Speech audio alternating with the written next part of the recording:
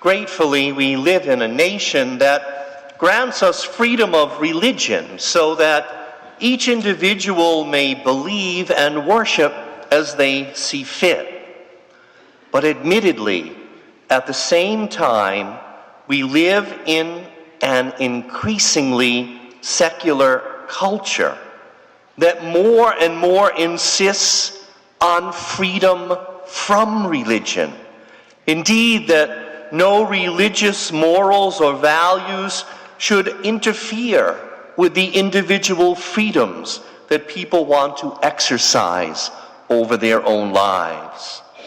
So religious voices, sadly, are increasingly marginalized from the public square as laws governing every aspect of our human life, that is our God-given life, are debated and enacted.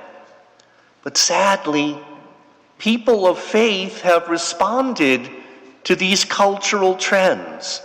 And so there seems to be a trend among us to compartmentalize our faith as something we practice at home and we observe on weekends at church, but otherwise it's something that's a largely private matter in the other spheres of our lives. Indeed, we seem to be buying into that mantra that it's not polite to discuss politics or religion. Well, at least we are obeying the religion part of it. But before us this day is the reminder from Jesus himself that for those who follow him, this can never, ever be the case. You are salt for the earth. You are light for the world. Salt and light, taste and sight. Put salt on your tongue, and you'll have no trouble identifying exactly what it is. Shine a flashlight in a darkened room, and you'll have no problem identifying the beam of light and its source. So too, in the same way, as disciples of Jesus Christ, we must be known to others for exactly who we are. And in the same way, we must shine his light on the darkness and confusion that surrounds us in this world, in a way that others can see that it is Christ himself who is certainly the source of our light. Without hesitation, we must always reveal that we belong to him. And without any fear, we must follow him. Doing so will, of course, involve all those good deeds that are mentioned in this evening's scriptures, providing food and shelter and clothing to others in need, caring for the oppressed. Yet, as we do these things, we must make clear that whatever good we do is done at Christ's command and in his name, so that it is Christ who receives the glory for those deeds and not us.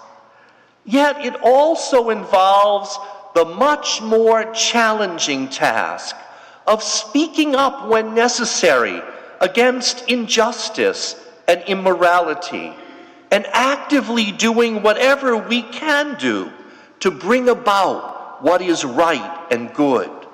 Be that marching for life, as many did quite recently in Washington, or writing to our representatives to say that we as followers of Christ can't let our nation shut its doors completely to refugees and migrants, or to tell them that taking the life of any person, not only by the state, but in our name, certainly is nothing that we can agree with. Such stances are first and foremost moral, matters of right and wrong, and we should not fear to take them just because there are those who would discourage us from doing so by labeling it as being political. Yet, standing up for what a well-formed Christian conscience tells us is right, or speaking out against that which is wrong, will undoubtedly bring us ridicule and maybe rejection. But then, isn't that how others might more readily identify us as true followers of Christ? Because Christ himself suffered the great injustice of execution for all that he stood for and the greater good that he accomplished.